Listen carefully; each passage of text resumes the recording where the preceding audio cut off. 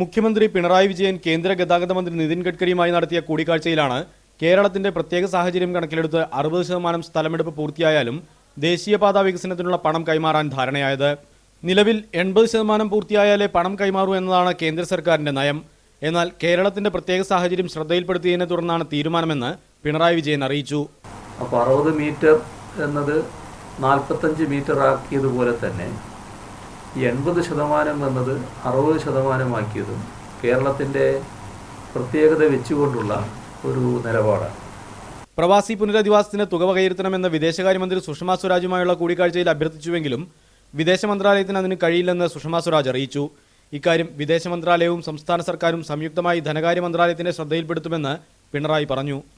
മുഖാമുഖം പരിപാടിയിൽ എയർ കേരള പദ്ധതിയെക്കുറിച്ചുള്ള ചോദ്യത്തിന് പിണറായി വിജയൻ ഇങ്ങനെ മറുപടി നൽകി. നമുക്ക് നമ്മുടെ യാത്രാ സൗകര്യവും നല്ല രീതിയിൽ മെച്ചപ്പെടുത്തേണ്ടതാണ്. ആദ്യം നമ്മൾ മാതൃക കാണിക്കേണ്ടത് നമ്മുടെ KSRTC നന്നായിട്ട് നടക്കുന്നു എന്നുള്ളതിനാണ്. അങ്ങനെ നമുക്ക് എല്ലാത്തിനും പ്രാപ്തിയുണ്ട് എന്നാണ് ആദ്യം കാണിക്കേണ്ടതെന്നാണ് എനിക്ക് തോന്നുന്നത്. ലാവ്ലിൻ കേസ് ഇപ്പോഴും നിലനിൽക്കുന്നുവെന്നത് തെറ്റിദ്ധാരണ മാത്രമാണെന്നും മുഖ്യമന്ത്രി പറഞ്ഞു. മീഡിയ 1 ഡൽഹി.